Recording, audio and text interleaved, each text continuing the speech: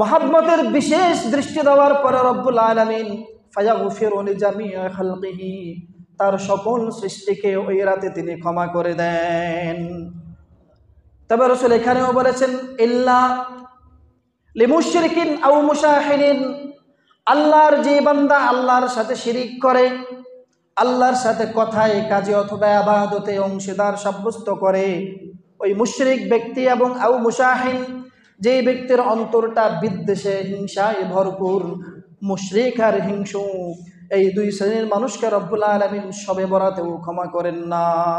শবে বরাতে বিশেষ এক প্রকারের খাবার খেলে এখানে বরকত আছে, হালুয়া রুটি খেলে বরকত আছে।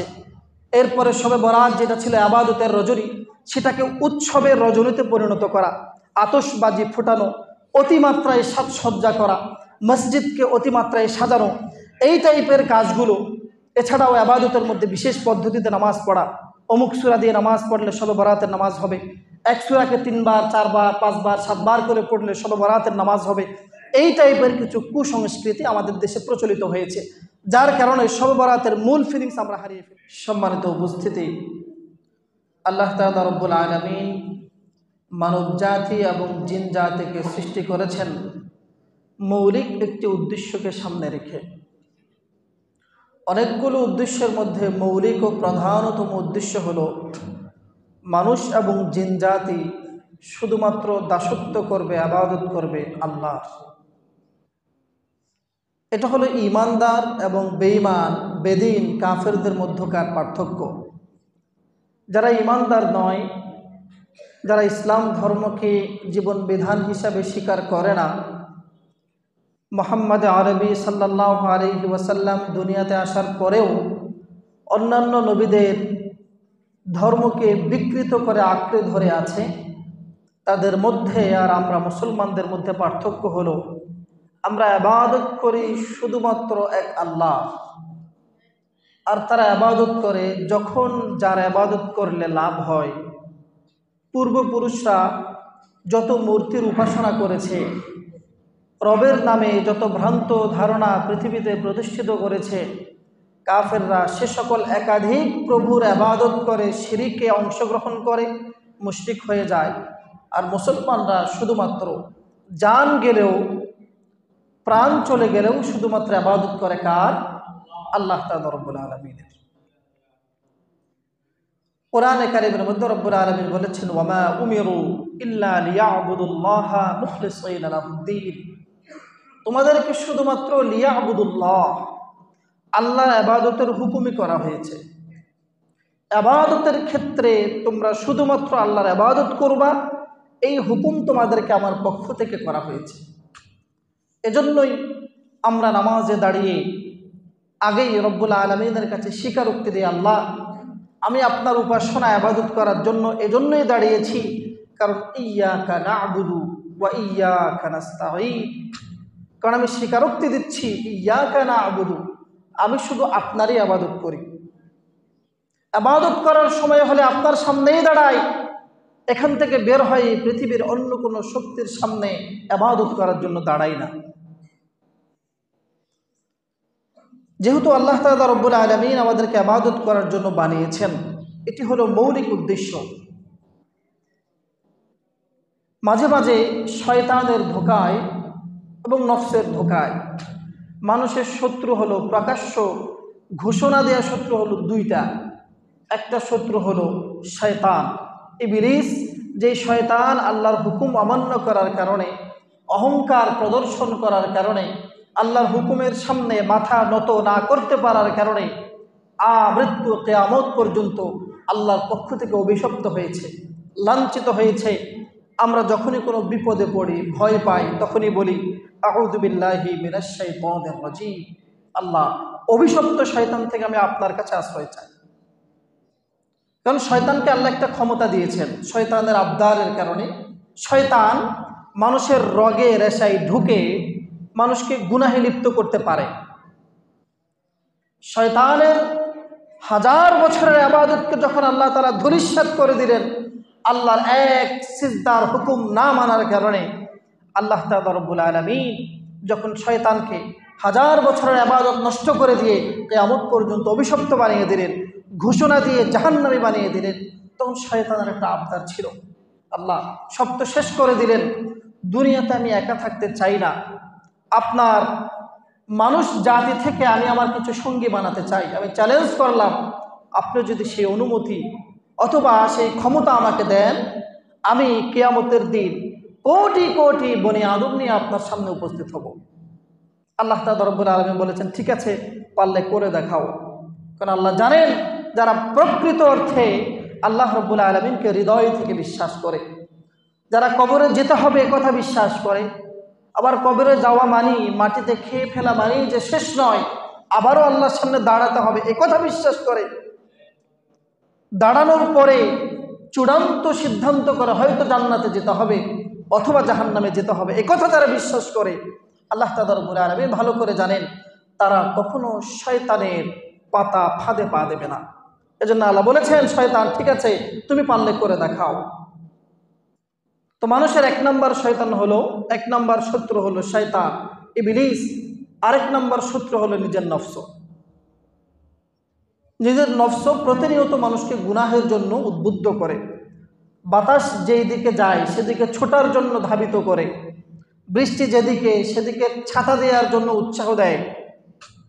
নফস বলে ঠিক আছে অমুকে এটা করে তুমিও করো, এটা করলে তো আনন্দ আছে, এটা করলে তো লাভ আছে, এটা করলে তো ইনকাম আছে, তুমি কেন করছো না? কিন্তু রাসূল বলেছেন ওই ব্যক্তি হলো চালাক, যেই ব্যক্তি নিজের নফসকে কন্ট্রোল করতে পারে, নিয়ন্ত্রণ করতে পারে, নফসের কথা মতো দৌড়ায় না, নফস তাকে নাকে খত দিয়ে দৌড়াতে পারে না, বরং নফসের উপরে তার নিয়ন্ত্রণ আছে। নফস যখন তাকে খারাপ কাজ করতে বলে সে ধমক দিতে পারে, খবরদার আমি তোমার কথাই চলবো না, তুমি আমার কথাই চলবা। তাহলে মানুষের শত্রু হলো দুইটা, এক নম্বর শয়তান আর এক নম্বর হলো নফস। ওই মানুষ হলো চালাক, যে মানুষ শয়তানকেও পরাজিত করতে পারে, নফসকেও কন্ট্রোল করতে পারে। ওই মানুষ তার পরকালকে ধ্বংস করেছে, যেই মানুষ শয়তানের ধোঁকায় পড়ে গিয়েছে অথবা নিজের নফসের উপর থেকে নিয়ন্ত্রণ হারিয়ে ফেলেছে, সে নফসকে চালাতে পারে না, নফস তাকে চালায়, ওই মানুষ তার পরকালকে ধ্বংস করেছে। তো মানুষের কাজ হলো ইবাদত করা, কিন্তু এরপরেও কখনো কখনো অনেক ভালো মানুষ এরপরেও কখনো কখনো শয়তানের ধোঁকায় পড়ে। অনেক ভালো মানুষ আল্লাহর ওয়ালি, এরপরেও কখনো কখনো নফসের ধোঁকায় পড়ে। এটা মানুষের সিফাত। মানুষ গুনাহ করবে, এটা মানুষের সিফাত। আল্লাহর ওয়ালিও কখনো কখনো শয়তানের ধোঁকায় পড়ে যায়, এটা অসম্ভব কিছু নয়, এটা দোষের কিছু নয়। দোষের বিষয় হলো তখন গুনাহ হয়ে যাওয়ার পরেও, বুঝে আসার পরেও আল্লাহর দিকে ফিরে না আসা, চোখের পানি ফেলে আল্লাহকে না বলা, নিজের ইবাদতে নিজের গুনাহের জন্য তাওবা না করা, এটা হলো আফসোসের বিষয়। দাম্ভিক অহংকারী মানুষ পতন হওয়ার পরেও তওবা করতে জানে না, এটা হলো অহংকারীর গুণ। কিন্তু যে ব্যক্তি প্রকৃত অর্থে আল্লাহর বান্দা, তার গুনাহ হয়ে যায় কখনো শয়তানের জন্য কখনো নফসের জন্য, কিন্তু গুনাহ হয়ে গেলে সেই গুনাহের উপরে অটল থাকে না, বরং সাথে সাথে তাওবা করে আল্লাহর দরবারে ফিরে আসে। তো আল্লাহ তাআলা রব্বুল আলামিন মানুষকে একটা সুযোগ দিয়েছেন যে মানুষের কখনো ইবাদত ছুটে যায় অথবা তার গুনাহ করার কাজ না, এরপরেও গুনাহ করে। তো মানুষকে আমি বিশেষ কিছু সময় সুযোগ দিলাম, মানুষ এই সময়টাকে কাজে লাগিয়ে ইবাদতের ঘাটতি পূরণ করবে, গুনাহের জন্য মাফ চাইলে আমি মাফ করে দিব। এই বিশেষ সুযোগের অন্যতম একটা সুযোগ হলো শাবান মাস। শাবান মাস, আগের মাস হলো রজব মাস, ওটি ছিল বরকত মাস। কেন? রজব মাসে রাসূল সাল্লাল্লাহু আলাইহি ওয়াসাল্লাম মেরাজ করেছেন। আবার শাবান মাসের পরের মাস আরও বেশি বরকতপূর্ণ মাস। কেন? কারণ শাবানের পরের মাস হলো রমজান মাস। রমজান মাস 12 মাসের মধ্যে শ্রেষ্ঠ এবং দামি মাস। তো মাঝখানে হলো শাবান মাস। রাসূল সাল্লাল্লাহু আলাইহি ওয়াসাল্লামের ব্যাপারে আম্মা জান আয়েশা সিদ্দিকা রাদিয়াল্লাহু আনহা বর্ণনা করেন, ফামা রাআইতু রাসূলাল্লাহি সাল্লাল্লাহু আলাইহি ওয়াসাল্লাম ইস্তাকমালা সিয়ামা শাহরিন ইল্লা রমাদান ওয়া মা রাআইতুহু আকসারা সিয়ামান মিনহু ফি শাবান। আম্মা জান আয়েশা বলেন, আমি রাসূল সাল্লাল্লাহু আলাইহি ওয়াসাল্লামকে একমাত্র রমজান মাস ছাড়া মাসের শুরু থেকে শেষ পর্যন্ত পুরো মাস পরিপূর্ণভাবে রোজা রাখতে দেখি নাই। অর্থাৎ 12 মাসের মধ্যে রসুল পুরো মাস লাগাতার রোজা রাখতেন শুধু রমজান মাসে। আর আম্মা জান আয়েশা বলেন, আমি রসুল সাল্লাল্লাহু আলাইহি ওয়াসাল্লামকে রমজান মাসের পরে শাবান মাস ছাড়া অন্য কোনো মাসে বেশি দিন রোজা রাখতে দেখি নাই। অর্থাৎ আম্মা জান আয়েশা বলেন, রসুল রমজান মাসে পুরো মাসে রোজা রাখতেন, একদিনও রোজা ছাড়তেন না। আর রমজান মাসের পরে শাবান মাসে রসুল অধিকাংশ দিন রোজা রাখতেন। শাবান মাসের 20 দিন, 25 দিন, 27 দিন পর্যন্ত রসুল সাল্লাল্লাহু আলাইহি ওয়াসাল্লাম রোজা রাখতেন। তাহলে রমজান মাস পুরোটাই নবীজি রোজা রাখতেন। আর শাবান মাস পুরোটা নয়, বরং 2-4 দিন বাদ দিয়ে অধিকাংশ সময় রোজা রেখে কাটাতেন। তো রসুলের আরেকজন সাহাবী ওসামা বিন যায়েদ রাদিয়াল্লাহু আনহু তিনি বলেন, ইন্নী আকুল, আমি একদিন রসুলকে প্রশ্ন করলাম, রসুলকে বললাম, ইয়া রাসূলুল্লাহ, ওয়ালাম আরাকা তাসুমু মিন শাহরিন মিনাশ শুহুর মা তাসুমু মিন শাবান, কেন আমি আপনাকে শাবান মাসে অধিকাংশ দিন রোজা রাখতে দেখি, আপনি কেন রমজানের পরে সব চাইতে বেশি আপনি শাবান মাসে রোজা রাখেন? এর পেছনে কারণ কি? আপনি আমাকে কারণটা বলেন। রসুল জবাব দিলেন, ওগো ওসামা, قال صلى الله عليه وسلم ذاك شهر يغفل الناس عنه بين رجب ورمضان, শাবান মাস কোনো সাধারণ মাস নয়। শাবান মাসের আগের মাস হলো রজব। আমার মেয়ারাজ রজব মাসে হয়েছে, এজন্য রজব মাস হলো বরকতি মাস। আবার শাবান মাসের পরের মাস হলো রমাদান। রমজান মাস রব্বুল আলামিনের কাছে সবচাইতে দামি মাস, এজন্য রমজান মাসেও বরকত আছে। মানুষ রজব মাসেও ইবাদতের ব্যাপারে সতর্ক থাকে, রমজান মাসেও ইবাদতের ব্যাপারে সতর্ক থাকে, কিন্তু মাঝখানে শাবান মাসটা পড়ে থাকে, মানুষ সতর্ক হয় না। এজন্য আমি রমজান মাসের মতো শাবান মাসেও বেশি বেশি রোজা রাখি। শাবানের আগের মাস রজব, এই মাসে আমি মেরাজ করেছি, এজন্য মানুষ এই মাস আসলে সতর্ক হয়। আবার শাবানের পরের মাস রমজান, এই মাস তো পুরোটাই ইবাদতের মাস, এজন্য এই মাসেও মানুষ সতর্ক হয়। কিন্তু মাঝখানে শাবান মাস এটা পড়ে থাকে, মানুষ গাফেল থাকে, শাবান মাসে মানুষ বেশি বেশি ইবাদত করে না। বিধায় আমি রমজানের পরে শাবান মাসে সবচাইতে বেশি ইবাদত করি। 1 নম্বর কারণ। 2 নম্বর, রাসূল বললেন, ওয়াহুয়া শাহরুন তুরফাউ ফীহিল আ'মাল ইলা রাব্বিল আলামিন فأحب أن يرفع عملي وأنا صائم।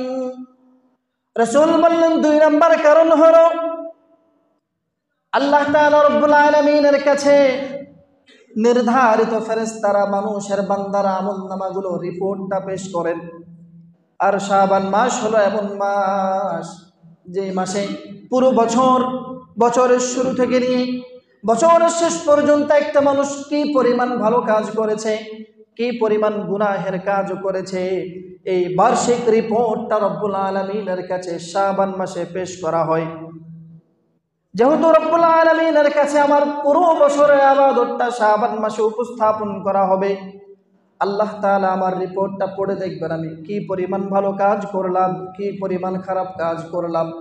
এজন্য আমি মুহাম্মদুর রাসূলুল্লাহ সাল্লাল্লাহু আলাইহি ওয়াসাল্লাম এটা পছন্দ করে, এটা ভালোবাসে, এটা চাই। রব্বুল আলামিন যেই টাইমে আমার আমলনামাটা দেখবেন, ওই টাইমে যেন আমি রোজা অবস্থায় থাকতে পারি। হতে পারে আমার আমলনামায় গুনাহ অনেক বেশি হয়ে গিয়েছে 1 বছর, কিন্তু রব্বুল আলামিন দেখলেন যেই টাইমে আমার ইবাদত নামাটা খুললেন, আমলনামাটা করলেন, তিনি দেখতে পেলেন ওই সময় আমি বান্দা রোজা রেখেছি। আর রোজাটা যেহেতু রব্বুল আলামিনের সন্তুষ্টির জন্যই রেখেছি, হতে পারে আমার আমলনামায় গুনাহ বেশি থাকা সত্ত্বেও আমার রোজার দিকে তাকিয়ে আমার গুনাহগুলোকে রব্বুল আলামিন ক্ষমা করে দিবেন। এটা হলো 2 নম্বর কারণ। ওসামা, পুরো বছরের বার্ষিক রিপোর্টটা আল্লাহর কাছে শাবান মাসে দেওয়া হয়। তো আমি পছন্দ করে ভালোবাসি যেই টাইমে আল্লাহ আমার আমলনামাটা দেখবেন, রিপোর্টটা পড়বেন, ওই টাইমে যাতে আমি রোজা অবস্থায় থাকি, এটা আমার বেশি ভালো লাগে। মূলত রব্বুল আলামিনের কাছে প্রত্যেকটা মানুষের আমলনামা রিপোর্ট 3 বার বছরে পেশ করা হয়। একবার হলো দিনে, দৈনিক রব্বুল আলামিনের কাছে মানুষের রিপোর্ট পৌঁছে যায়, সকালে একবার, সন্ধ্যায় একবার। কোরআনে কারীমের মধ্যে রব্বুল আলামিন বলেছেন, ওয়াসাব্বিহুহু বুকরাতাও ওয়া আসীলা, তোমরা সকালে এবং সাঁঝে, সকালে এবং সন্ধ্যার বেলায় রব্বুল আলামিনের তাসবিহ পাঠ করতে থাকো। ঠিক যখন সূর্য উদিত হয় সকালবেলা, তখন রব্বুল আলামিনের তাসবিহ পড়ো। এজন্য কোরআনে কারীমের মধ্যে রব্বুল আলামিন বলেছেন, ইউসাব্বিহু লিল্লাহি মা ফিস সামাওয়াতি ওয়াল আরদি, আসমানের নিচে জমিনের উপরে, অথবা আসমানের উপরে জমিনের নিচে যত সৃষ্টি রব্বুল আলামিন করে রেখেছেন, এই আয়াত থেকে বোঝা যায় সকল সৃষ্টি সকাল সন্ধ্যা রব্বুল আলামিনের তাসবিহ পাঠ করে। তাহলে বোঝা যায় সকাল বেলাও মানুষকে আল্লাহ তাসবিহ পাঠ করতে বললেন, সন্ধ্যায় মানুষকে আল্লাহ তাসবিহ পাঠ করতে বললেন। এর কারণ হলো রাসূল হাদিসের মধ্যে বলেন, একজন মানুষ সন্ধ্যায় অথবা রাতে যখন গুনাহ করে, সাথে সাথে এই গুনাহটা আমলনামার মধ্যে লেখা হয় না, বরং ফেরেশতারা তাকে বারবার বলতে থাকেন, তুমি তাওবা করো, তুমি তাওবা করো, এখনো তোমার গুনাহটা লেখা হয় নাই, তুমি তাওবা করো। এভাবে সন্ধ্যায় গুনাহগার ব্যক্তিকে ফজর পর্যন্ত তাওবার জন্য আহ্বান করা হয়। পুরো রাত যখন গুনাহে কেটে যায়, বান্দা তাওবা করে না, অবশেষে ফজরের সময় তার গুনাহটা আমলনামার মধ্যে লিখে দেয়া হয়।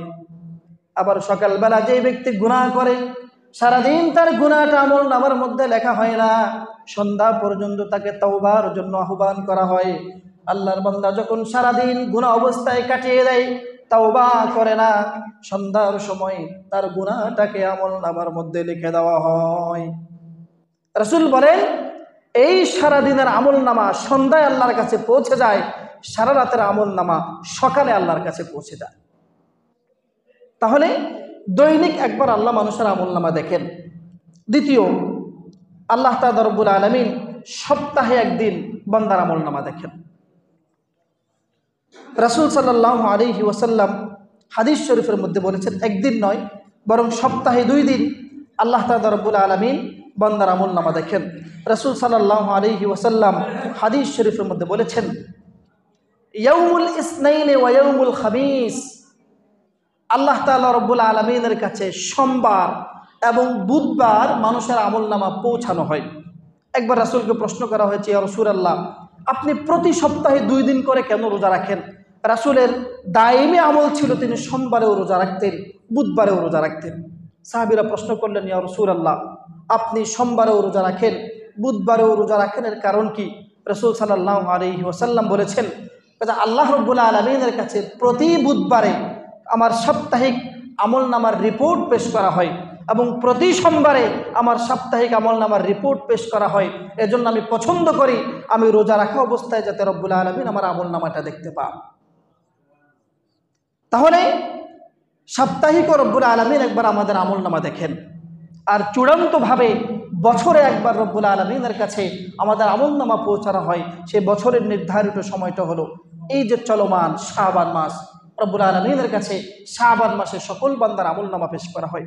আল্লাহ দেখেন আব্দুল্লাহ, আব্দুর রহমান, আব্দুল করিম কি পরিমাণ ভালো কাজ করেছে, কি পরিমাণ খারাপ কাজ করেছে, রব্বুল আলামিন এটা বছরে একবার দেখেন। আসলে আল্লাহর কাছে তো আমলনামার প্রয়োজন নাই, আল্লাহ তো এমনি দেখেন। আমলনামার কি দরকার? আমলনামা কার দরকার? যার মনে থাকে না, যে সব কিছু দেখেন না, ওনার জন্য একটা রিপোর্ট দরকার। দায়িত্বশীল ব্যক্তি ওনাকে রিপোর্ট করেন, আল্লাহকে তো রিপোর্ট করার দরকার নেই, আল্লাহ এমনি দেখেন। কেন আল্লাহকে রিপোর্ট করা হয়? আল্লাহ তাআলা রব্বুল আলামিন ওসিলা খুঁজেন মানুষকে কিভাবে মাফ করে দেওয়া যায়। আল্লাহ রব্বুল আলামিন দেখেছেন আমি আপনি পুরো বছর কি পরিমাণ গুনাহ করেছি, এরপরেও আল্লাহ রব্বুল আলামিন একটা সময় বেঁধে দিলেন যে এই সময়টায় আমি ওই ব্যক্তির আমলনামা দেখব। তো মানুষ সতর্ক হবে, হাই বছর তো শেষ, শাবান মাস তো চলে আসছে, এখন তো আমার আমলনামা আল্লাহর কাছে পৌঁছানো হবে, গুনাহ তো অনেক করেছে, তাড়াতাড়ি মাফ চাই। আল্লাহ রব্বুল আলামিন মাফ চাওয়ার সাথে সাথে মানুষকে ক্ষমা করে দেন। প্রিয় উপস্থিতি, তাহলে রাসূল সাল্লাল্লাহু আলাইহি ওয়াসাল্লাম শাবান মাসে রমজানের পরে সবচাইতে বেশি রোজা রাখতেন। 1 নম্বর কারণ হলো এই শাবান মাসে মানুষ গাফেল থাকে, রমজান আসলে ইবাদত শুরু করব। চাঁদ দেখা গেলে যে নামাজ শুরু করবো, আর নামাজ ছাড়বো না, যত গুনাহ করেছে রোজার মাসে ছেড়ে দিব, রোজা আসলেই নামাজ ধরবো, রোজা আসলেই রোজা ধরবো, রোজা আসলেই গুনাহ ছাড়বো, এই চিন্তা করে মানুষ রোজার জন্য অপেক্ষা করে, চাঁদ দেখার জন্য বসে থাকে। কিন্তু দেখা যায় চাঁদ দেখা পর্যন্ত হয়তো তার হায়াত থাকে না, অথবা চাঁদ দেখা পর্যন্ত যে স্পিড তার মধ্যে থাকা দরকার, ইবাদতের স্পিড নষ্ট হয়ে যায়, রোজা শেষ হয়ে যায়, ঈদ চলে আসে, এই ব্যক্তি আর নামাজ ধরতে পারে না। এর জন্য রাসূল বলেছেন আমি শাবান মাসেই বেশি ইবাদত করি। আর দ্বিতীয় কারণ হলো প্রতি বছরের বাৎসরিক রিপোর্ট আল্লাহর কাছে পেশ করা হয় শাবান মাসে, এজন্য রাসূল শাবান মাসে রমজানের পরে বেশি রোজা রাখেন। প্রিয় উপস্থিতি, এতটুকু কথা থেকে আমরা বুঝতে পারলাম যে মাসে আমরা উপনীত হয়েছি এই মাসটি অত্যন্ত গুরুত্বপূর্ণ মাস। এর আরেকটি কারণ হলো শাবান মাসের মধ্য রজনী বা লাইলাতুন নিসফি মিন শাবান, আমাদের বাংলা ভাষায়, আমাদের পরিভাষায় আমরা যাকে শবে বরাত নামে চিনি, এই শবে বরাত হলো শাবান মাসে। শবে বরাত কাকে বলা হয়? শবে বরাত হাদিসের পরিভাষায় শাবান মাসের ঠিক মধ্য রজনী, মধ্যকার যে রাতটি রয়েছে তাকে বলা হয় শবে বরাত। এর মানে হলো 14 তারিখ চলে যাওয়ার পরে 15 তারিখের যে রাত আসে, এই রাতকে বলা হয় হাদিসের ভাষায় শবে বরাত। এই রাতের শরীয়তে ইসলামিয়াতে অনেক বেশি গুরুত্ব রয়েছে। রাসূল সাল্লাল্লাহু আলাইহি ওয়াসাল্লাম হাদিসের মধ্যে বলেন, ইয়াত্তালিউল্লাহু ইলা খালকিহি ফি লাইলাতিন নিসফি মিন শাবান ফায়াগফিরু লিজামিই খালকিহি ইল্লা লিমুশরিকিন আও মুশাহিন। রাসূলুল্লাহ সাল্লাল্লাহু আলাইহি ওয়াসাল্লাম বলেন, শাবান মাসের মধ্য রজনী বা শবে বরাত যখন আসে, আল্লাহ তাআলা রব্বুল আলামিন আরশ আজিম থেকে প্রথম আসমানে চলে আসেন, দুনিয়ার সাথে লাগানো যে আসমান, ওই আসমানে চলে আসেন। ওই আসমানে চলে এসে তার সকল সৃষ্টির দিকে রহমতের নজরে তাকান, ভালোবাসার নজরে, মহাব্বতের নজরে তাকান। মহাব্বতের বিশেষ দৃষ্টি দেওয়ার পরে রব্বুল আলামিন ফায়াগফিরু লিজামিই খালকিহি, তার সকল সৃষ্টিকে ওই রাতে তিনি ক্ষমা করে দেন। তবে রাসূল এখানেও বলেছেন ইল্লা লিমুশরিকিন আও মুশাহিনিন, আল্লাহর যে বান্দা আল্লাহর সাথে শিরিক করে, আল্লাহর সাথে কথায় কাজে অথবা ইবাদতে অংশীদার সাব্যস্ত করে, ওই মুশরিক ব্যক্তি, এবং আও মুশাহিন, যে ব্যক্তির অন্তরটা বিদ্বেষে হিংসায় ভরপুর, মুশরিক আর হিংসুক, এই দুই শ্রেণীর মানুষকে রব্বুল আলামিন শবে বরাতেও ক্ষমা করেন না। আল্লাহ তাআলা রব্বুল আলামিন শবে বরাতে সাধারণ ক্ষমা ঘোষণা করেন। সাধারণ ক্ষমা ঘোষণা করার পরে মানুষের জীবনে যদি পাহাড় সম গুনাহ থাকে, সাগরের ফানা পরিমাণ গুনাহ থাকে, মরুভূমির বালু পরিমাণ গুনাহ থাকে, আল্লাহ রব্বুল আলামিন সাধারণ ক্ষমা ঘোষণা করার পরে সকল গুনাহ মাফ হয়ে যায়। কিন্তু রাসূল বললেন ওই দুই শ্রেণীর মানুষ দুর্ভাগা, তারা পুরো বছর তো ক্ষমা আল্লাহর কাছ থেকে চেয়ে নিতে পারেই না। আল্লাহ রব্বুল আলামিন যেই রাতে নিজের পক্ষ থেকে সাধারণ ক্ষমা ঘোষণা করেন শবে বরাত, ওই রাতে ওই দুই শ্রেণীর মানুষের কপালে, ভাগ্যে আল্লাহর পক্ষ থেকে ক্ষমা জোটে না। কোন দুই শ্রেণীর মানুষ? এক শ্রেণী হলো মুশরিক, যারা আল্লাহর সাথে শিরিক করে। আরেক শ্রেণীর মানুষ হলো হিংসুক, যাদের অন্তরটা হিংসায় ভরপুর। নিজেকে নিয়ে তারা কখনো চিন্তা করে না, অপরকে নিয়ে ব্যস্ত। অমুক কেন ভালো, অমুকের ছাদের পরে কেন দ্বিতীয় তলার কাজ শুরু হয়ে গেল, অমুকের ছেলের কেন সরকারি চাকরি হলো, অমুকের মেয়ের কেন ভালো ঘরে বিয়ে হলো। নিজের ছেলে মেয়ে বা নিজের পরিবার নিয়ে তার বেশি পেরেশানি নেই, পেরেশানি তার প্রতিবেশী আব্দুল্লাহকে নিয়ে। তার ঘর কেন ভালো, মেয়ের সংসারে কেন শান্তি, ছেলে কেন সরকারি চাকরি করে, এই নিয়ে এই ব্যক্তি সবসময় আইসিইউতে থাকে, অসুস্থ থাকে। রাসূল সাল্লাল্লাহু আলাইহি ওয়াসাল্লাম বলেন শবে বরাতে আল্লাহ তাআলা রব্বুল আলামিন সাধারণ ক্ষমা ঘোষণা করেন ঠিক, কিন্তু মুশরিক এবং মুশাহিন বা বিদ্বেষী হিংসুক ব্যক্তি, এই দুই শ্রেণীর মানুষকে আল্লাহ তাআলা শবে বরাতেও ক্ষমা করেন না। আল্লাহ আমাদেরকে হেফাজত করুন। প্রিয় উপস্থিতি, আমরা জানি কোরআনে কারিমের মধ্যে রব্বুল আলামিন একজন বিজ্ঞ ব্যক্তির নসিহতকে উল্লেখ করেছেন, বর্ণনা করেছেন, নকল করেছেন। লোকমান হাকিম যাকে বলা হয়, এই লোকমান তার মৃত্যুর ঠিক আগ মুহূর্তে তার ছেলেকে পাশে বসিয়ে কিছু নসিহত করেছেন।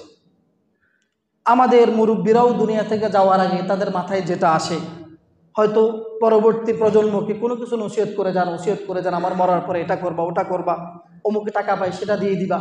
অনেক ওসিয়ত নসিহত বাবারা ছেলেদেরকে করেন। তো লোকমান নামক সেই ব্যক্তি একজন বিজ্ঞ ব্যক্তি ছিলেন। তিনিও যখন বুঝতে পারলেন হয়তো তার মৃত্যু ঘনিয়ে এসেছে, তার সন্তানকে পাশে বসিয়ে নসিহত করেছেন। কোরআনে কারিমের মধ্যে লোকমানের পক্ষ থেকে 10টি নসিহতকে আল্লাহ রাব্বুল আলামিন সূরাতুল লুকমানের মধ্যে উল্লেখ করেছেন। সেখান থেকে অন্যতম একটা নসিহত ছিল এমন, ওয়াইদ ক্বালা লুকমানু লিবনিহি ওয়া হুয়া ইয়াইদুহু ইয়া বুনাইয়া লা তুশরিক বিল্লাহ ইন্নাশ শিরকা লাযুলমুন আযীম। লুকমান তার সন্তানকে ডেকে বললেন, ও আমার বেটা, আমার সন্তান, ও আমার সন্তান। ওয়াইদ ক্বালা লুকমানু লিবনিহি ওয়া হুয়া ইয়াইদুহু ইয়া বুনাইয়া, ও আমার সন্তান, লা তুশরিক বিল্লাহ, আমি দুনিয়া থেকে চলে যাব, তোমাকে পরিচালনার মতো, তোমার ভুলগুলো শুধরে দেওয়ার মতো হয়তো দুনিয়াতে আর কেউ থাকবে না, তবে আমি তোমাকে একটি কথা খুব ভালোভাবে বলে দেই, লা তুশরিক বিল্লাহ, জীবন যেতে পারে কিন্তু রব্বুল আলামিনের সাথে কাউকে শরীক করা যাবে না। ইন্নাশ শিরকা লাযুলমুন আযীম, কারণ দুনিয়ার বুকে শিরকের চাইতে বড় কোনো অপরাধ রব্বুল আলামিন রাখেননি। আবার আল্লাহ তাআলা রব্বুল আলামিন বললেন, আল্লাহ তাআলা রব্বুল আলামিন কিয়ামতের দিন যদি চান, কোনো ব্যক্তির পাহাড় সম গুনাহ আছে, তওবা ছাড়া মারা গিয়েছে, আল্লাহর মনে যদি দয়া চলে আসে, রব্বুল আলামিন তার পাহাড় সম গুনাহগুলোকেও ক্ষমা করে দিবেন। কোনো ব্যক্তি সারা জীবন গুনাহ করেছে, কখনো একটা সিজদাও রব্বুল আলামিনকে দেয় নাই, কিন্তু তার আমলনামার মধ্যে কোনো শিরকের গুনাহ নাই। আল্লাহ রব্বুল আলামিন যদি চান, তার দয়ার কারণে, তার গফুর নামক নামের কারণে, রহমান রহিম নামক নামগুলোর কারণে রব্বুল আলামিন যদি চান, ওই ব্যক্তির সারা জীবনের গুনাহগুলোকে মাফ করে তাকে জান্নাতে পাঠাতে পারেন। কিন্তু রব্বুল আলামিন বলেন, আমি আগে থেকেই বলে দিলাম, কোনো ব্যক্তি যদি শিরক করে, আর শিরক করে তওবা ছাড়া কবরে আসে, আমার সামনে দাঁড়ায়, আমি আগে থেকেই কোরআনে জানিয়ে দিলাম, ওই ব্যক্তিকে জাহান্নামে পাঠানো ছাড়া তাকে ক্ষমা করব না। আল্লাহ তাআলা আগেই বলে দিয়েছেন, কোনো ব্যক্তি যদি শিরক করে, তার পাহাড় সম আমল থাকতে পারে, তাকে আগে শিরকের শাস্তি ভোগ করতে হবে, তারপরে জান্নাতের কথা। এজন্য শিরক কখনো করা যাবে না। দ্বিতীয় যে শ্রেণীর কথা রাসূল বলেছেন, তারা হলো হিংসুক। সম্মানিত উপস্থিতি, হিংসা এমন এক ব্যাধি, হিংসা এমন এক রোগ, রাসূল সাল্লাল্লাহু আলাইহি ওয়াসাল্লাম বলেছেন, এই রোগে মুসলমানদের পূর্ববর্তী বহু জাতি যারা দুনিয়াতে এসেছে, কিন্তু শুধুমাত্র হিংসার কারণে, বিদ্বেষের কারণে, নিজেদের মধ্যে দলাদলি করার কারণে আল্লাহ তাআলা তাদেরকে ধ্বংস করে দিয়েছেন। হাদিসের মধ্যে রাসূল বলেছেন, দাব্বা ইলাইকুম দাউল উমাম ক্বাবলাকুম আল হাসাদু ওয়াল বাগদা হিয়াল হালিকা।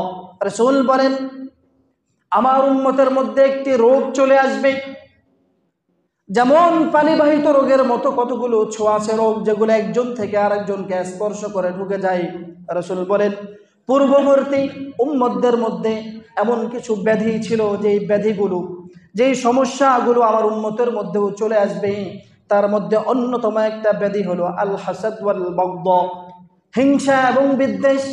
রাসূল বললেন, এই হিংসা এবং বিদ্বেষ কোনো সাধারণ গুনাহ নয়, সাধারণ কাজ নয়, হিয়াল হালিকা, হিংসা এবং বিদ্বেষ মানুষকে মুন্ডন করে দেয়, ছেঁচে ফেলে। রাসূল আরো স্পর্শ করলেন, লা আকুলু তাহলিকুশ শাহর, হিংসা মানুষের মাথা ছাঁচে না, বরং হিংসা এমন এক ব্যাধি, ওয়ালাকিন তাহলিকুদ্দিন, হিংসা এবং বিদ্বেষের কারণে মানুষের দ্বীন এবং ইসলামটাই ধ্বংস হয়ে যায়।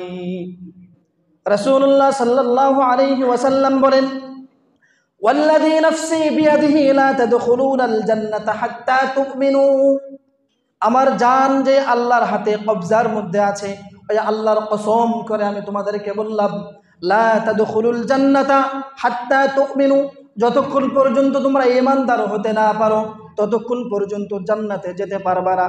আর ওয়ালা তুমিনু হাত্তা তাহাব্বু, আর ততক্ষণ পর্যন্ত তোমরা ঈমানদার হতেও পারবা না, যতক্ষণ পর্যন্ত পরস্পরের মধ্যে ভালোবাসার সম্পর্ক সৃষ্টি না করো। মুসলমান একে অপরের সাথে যতক্ষণ পর্যন্ত মহাব্বতের সম্পর্ক, আন্তরিকতার সম্পর্ক সৃষ্টি করতে না পারবে, রাসূল বললেন, ততক্ষণ পর্যন্ত এই মুসলমান পরিপূর্ণ ঈমানদার হতে পারবে না। তাহলে বোঝা গেল, ঈমানদার হতে হলে এক মুসলমান অপর মুসলমানের সাথে আন্তরিকতার সম্পর্ক লাগবে, আর জান্নাতে যেতে হলে ঈমান লাগবে। রাসূল সাল্লাল্লাহু আলাইহি ওয়াসাল্লামের পরে বলেন, আফশুস সালাম বাইনাকুম, ও ও আমার সাহাবায়ে কেরাম, আমি কি তোমাদেরকে এমন একটা আমলের কথা বলে দিব না, এমন একটা কাজের কথা বলে দিব না যে কাজটা করলে তোমাদের মধ্যে মহাব্বত সৃষ্টি হবে, মহাব্বত সৃষ্টি হলে ঈমানটা পরিপূর্ণ হবে, ঈমান পরিপূর্ণ হলে তুমি জান্নাতে যেতে পারবা। সাহাবায়ে কেরাম বলেন, অবশ্যই ইয়া রাসূলুল্লাহ, যে আমলের কারণে আমি জান্নাতে যেতে পারবো সে আমল আপনি আমাদেরকে শিখিয়ে দেন। রাসূল বলেন, আফশুস সালামা বাইনাকুম, তোমরা একে অপরকে দেখা মাত্র আগে সালাম দাও। সুবহানাল্লাহ। রাসূল সাল্লাল্লাহু আলাইহি ওয়াসাল্লাম হিংসা বিদ্বেষকে দূর করার একটা ফর্মুলা দিয়েছেন, সালাম। আপনি এটা একবার ট্রাই করে দেখেন, একবার প্র্যাকটিস করে দেখেন। যেই ব্যক্তিরে দেখলেই আপনার মেজাজ গরম হয়ে যায়, যার চেহারা না দেখার জন্য ঘর থেকে শপথ করে বের হয়েছেন, ওই ব্যক্তিকে দেখা মাত্র 1 দিন 2 দিন 3 দিন 4 দিন 7 দিন আপনি সালাম দেন, 1 সপ্তাহ সালাম দেন, দেখবেন এরপরে ওই ব্যক্তির প্রতি বিন্দু পরিমাণ আক্রোশ বিদ্বেষ আপনার অন্তরে থাকবে না। এটি একটি প্রমাণিত আমল। হয়তো সে হেসে দিবে অথবা আপনি হেসে দিবেন। রাসূল সাল্লাল্লাহু আলাইহি ওয়াসাল্লাম বলেন, তোমরা যদি সমাজ থেকে, পরিবার থেকে, প্রতিবেশীর মধ্য থেকে হিংসা বিদ্বেষকে দূর করতে চাও, আফশুস সালাম বাইনাকুম, কাউকে দেখার সাথে কথা বলার আগে তাকে সালাম দাও। আমরা তো সালামটাকে বিশেষ শ্রেণীর জন্য নির্ধারিত করে রেখেছি।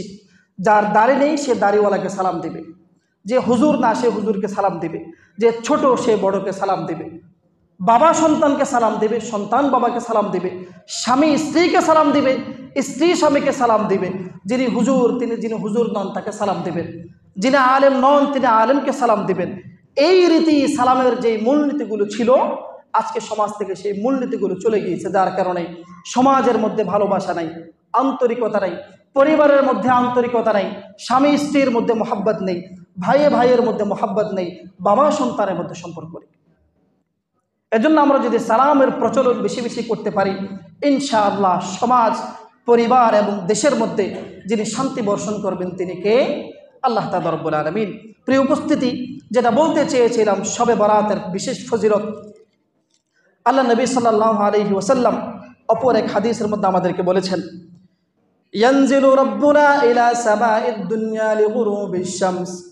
আল্লাহ তাআলা রব্বুল আলামিন শবে বরাতে সূর্য অস্ত যাওয়ার সাথে সাথেই, মাগরিবের সাথে সাথেই আরশে আজিম থেকে দুনিয়ার আসমানে চলে আসেন। অন্য বছরের প্রতিদিন রব্বুল আলামিন আরশে আজিম থেকে দুনিয়ার আসমানে আসেন শেষ রাতে, যখন আমরা ঘুমিয়ে থাকি। ঘুমের জন্য আমরা তাহাজ্জুদ পড়তে পারি না, আল্লাহকে ডাকতে পারি না, গুনাহ মাফ চাইতে পারি না, রিজিক চাইতে পারি না, সুস্থতা চাইতে পারি না। এজন্য রব্বুল আলামিন মানুষের সহজার্থে সুবিধার জন্য শবে বরাতে সন্ধ্যা হওয়ার সাথে সাথে প্রথম আসমানে চলে আসেন। রব্বুল আলামিন মানুষকে ভালোবাসা দিয়ে ডাকতে থাকেন, আলা মিন মুস্তারজিকিন, কার রিজিক প্রয়োজন আজকে আমাকে বলো, ফারজিকহু, আমি তোমাকে রিজিক দেওয়ার জন্য প্রথম আসমানে আসলাম। আল্লাহ তাআলা রব্বুল আলামিন বলেন, আলা মিন মুবতালান ফাউআফিয়াহু, কোন ব্যক্তি বিপদগ্রস্ত, কষ্টের মধ্যে পড়ে আছো, পৃথিবীর কোথাও সমাধান পাচ্ছ না, আজকের রজনীতে আমাকে বলো, ফাউআফিয়াহু, আমি তোমার বিপদটাকে দূর করে দিব।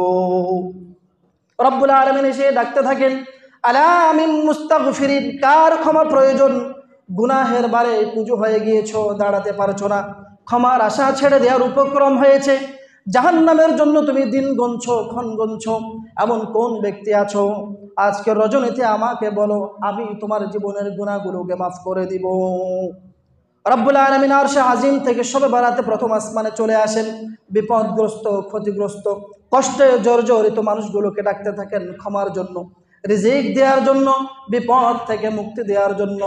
রব্বুল আলামিন বান্দাদেরকে ডেকে ডেকে তুলতে থাকেন। এজন্য রাসূল সাল্লাল্লাহু আলাইহি ওয়াসাল্লামের ব্যাপারে বর্ণিত হয়েছে, আম্মা জান আয়েশা সিদ্দিকা রাদিয়াল্লাহু তাআলা আনহা বলেন, আমি একদিন ঘুম থেকে উঠলাম, মধ্য রজনীতে দেখতে পেলাম আমার পাশে রাসূল সাল্লাল্লাহু আলাইহি ওয়াসাল্লাম নেই, বিছানাটা খালি পড়ে আছে। অন্ধকারে কিছুই দেখছিলাম না। ঘুম থেকে উঠে আমি দেখতে পেলাম রাসূলুল্লাহ সাল্লাল্লাহু আলাইহি ওয়াসাল্লাম নামাজের মধ্যে দাঁড়িয়ে আছেন। দীর্ঘক্ষণ পর্যন্ত কিয়াম করলেন, দাঁড়িয়ে দাঁড়িয়ে কিরাত পড়লেন। আমি অপেক্ষা করলাম রাসূলের নামাজ কখন শেষ হবে, কিন্তু নামাজ শেষ হয় না। রাসূল আবার রুকু করলেন, আমি অনেকক্ষণ অপেক্ষা করলাম, তিনি রুকু শেষ করলেন।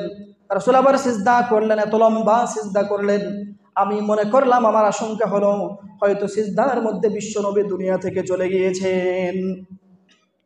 কিন্তু না দেখতে পেলাম তিনি কিছুক্ষণ পর আবার উঠেছেন।